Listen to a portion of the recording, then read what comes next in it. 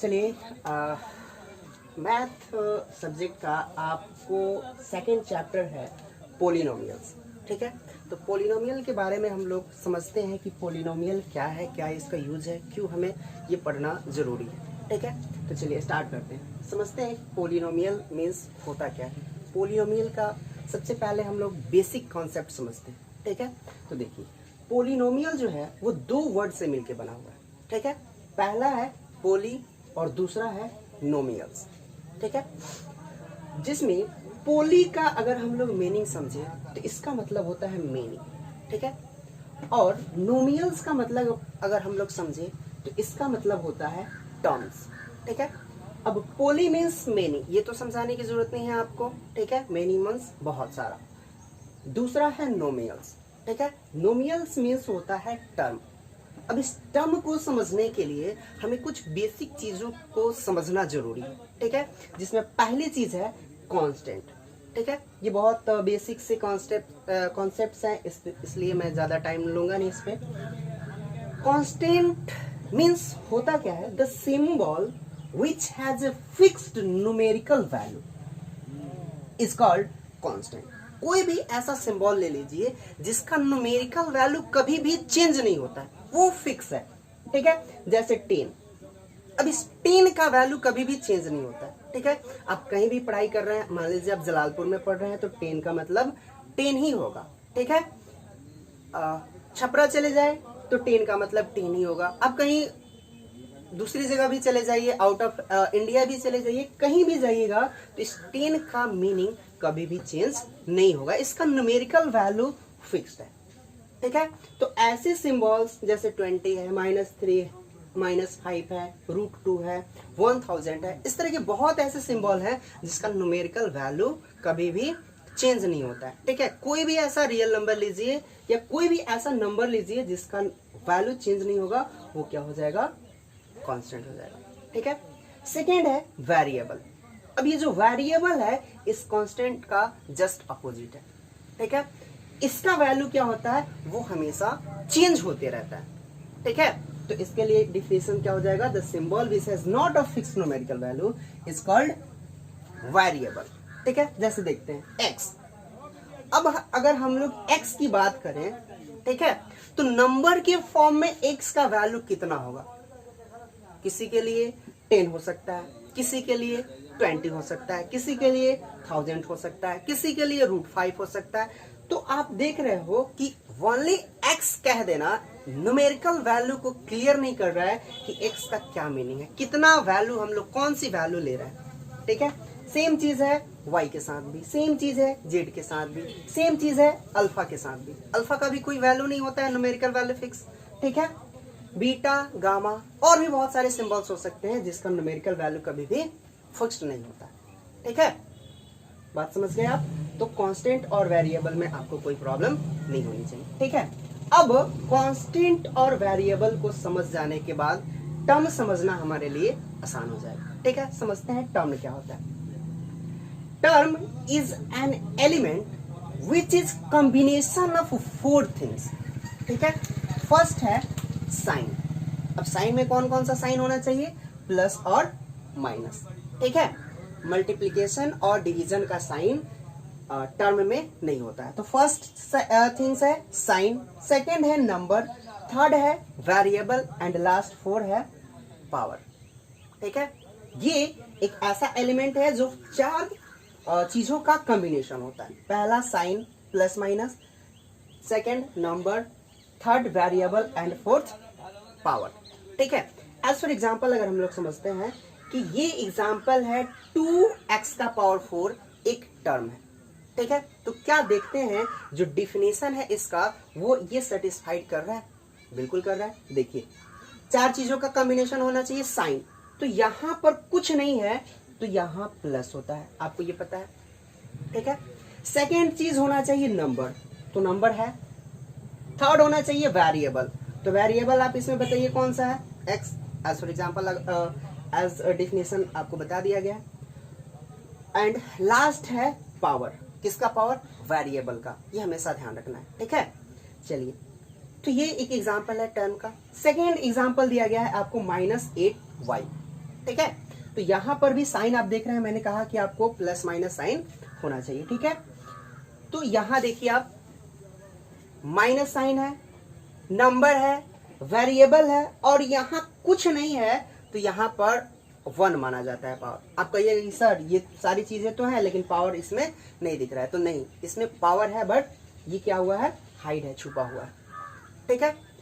Third चीज के साथ अगर आप थर्ड एग्जांपल देखिएगा तो ओनली इसमें एक नंबर दिया गया है, वो है कांस्टेंट नंबर, ठीक है। तो आप कहेंगे कि सर आपने कहा कि 4 चीजें होनी चाहिए, बट यहाँ पर क्या दिख रहा है हमको, ओनली ये कांस्टेंट दिख रहा है, ना ही इसमें साइन दिख रहा है, ना ही इसमें वेरिएबल दिख रहा है, और ना ही इसमें पावर दिख रहा है, ठीक है। बट फिर भी ये एक टर्म है, ठीक है। इसको और ज्यादा समझने के लिए हम लोग करते क्या है, इसी 7 को हम लोग लिख सकते हैं 7 × 1, वैल्यू कोई चेंज नहीं होगा, ठीक है। और इस 7 × 1 को हम लोग लिख सकते हैं 7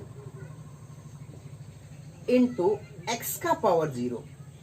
अब किसी भी नंबर या किसी भी वेरिएबल हो या कांस्टेंट हो, किसी का भी अगर पावर 0 हो जाता है तो उसका वैल्यू होता है 1, ठीक है, ये आपको पता है। तो इसी को अब देखिए, तो ये आ जाएगा 7x का पावर 0। अब देखिए टर्म का जो डेफिनेशन है वो अब इसको सेटिस्फाई कर रहा है, साइन है, प्लस नंबर है 7, वेरिएबल है x और पावर है 0, ठीक है। तो अब आप समझ गए कि टर्म क्या होता है, ठीक है। अब टर्म जो होते हैं वो 2 तरह के होते हैं, there are 2 types of term, ठीक है। एक उसके पहले एक नोट दिया गया है आपको कि each real number is known as constant term, जैसे ये 7 था, ठीक है। इसके बाद भी बहुत सारे नंबर्स हो सकते हैं, कोई भी ऐसा रियल नंबर अगर होता है तो उसको हम लोग कहते हैं कांस्टेंट टर्म। जैसे ये 7 है तो कौन सा टर्म है, कांस्टेंट टर्म है, सिंपल सी बात है।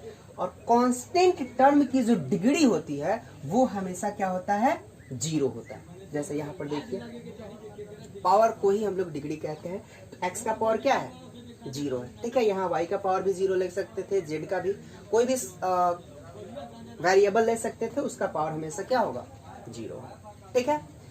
चलिए इसके बाद हम लोग समझते हैं क्या, टाइप ऑफ टर्म। 2 तरह के टर्म आपको पढ़ने हैं, लाइक और अनलाइक, ठीक है। तो समझते हैं हम लोग कि लाइक टर्म क्या होते हैं, ठीक है। तो देखिए डेफिनेशन, 2 और मोर टर्म, या तो 2 टर्म हो या 2 से ज्यादा हो, having same type of variable and same type of power on them, then they are said to be like term, ठीक है। क्या मतलब हुआ इसका, 2 या 2 से ज्यादा अगर आपको टर्म दिए गए हैं, ठीक है, तो कब वो लाइक होंगे और कब अनलाइक होंगे, इसको समझते हैं। लाइक होने के लिए क्या जरूरी है कि वेरिएबल भी सेम होना चाहिए एंड पावर भी सेम होना चाहिए। जैसे ये वाला एग्जांपल, 3x और 7/3x, ठीक है। तो ध्यान से देखिए, as for definition, as definition अगर हम लोग देखें तो दोनों जगह पे क्या है, सेम वेरिएबल है, यहां भी x है और यहां भी x है, ठीक है। दूसरी चीज क्या होना चाहिए, वेरिएबल तो सेम होना चाहिए, साथ ही साथ क्या होना चाहिए, वेरिएबल का पावर भी सेम होना चाहिए, ठीक है। तो देखते हैं, यहां भी पावर 1 है और यहां भी पावर 1 है, तो हुआ ना जी ये लाइक टर्म।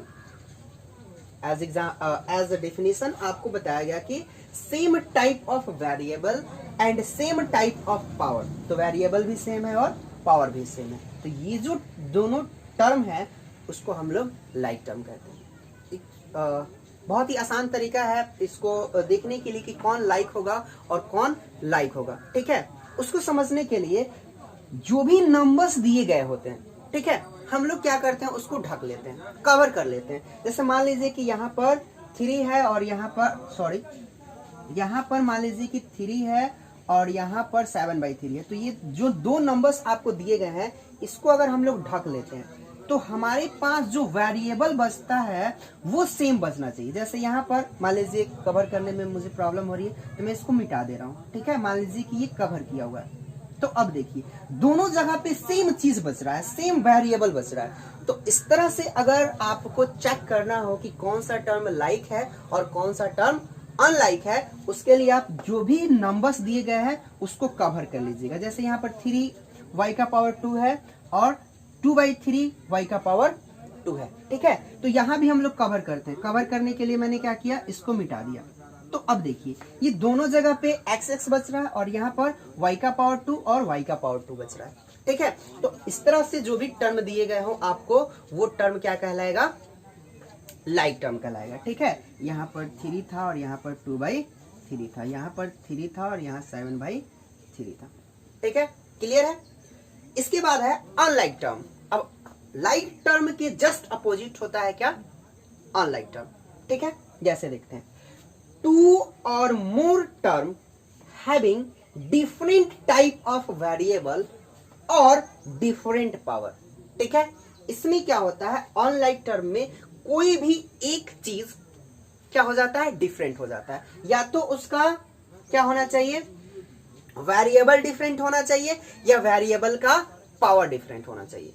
अगर वैसे टर्म आपको दिए गए हो तो वैसे टर्म को हम लोग क्या कहेंगे, अनलाइक टर्म, ठीक है। जैसे फर्स्ट एग्जांपल में देखते हैं हम लोग, वेरिएबल दोनों जगह पे क्या है, सेम है, ठीक है। यहां भी x है और यहां भी x है, बट डिफरेंट क्या है, इसका पावर।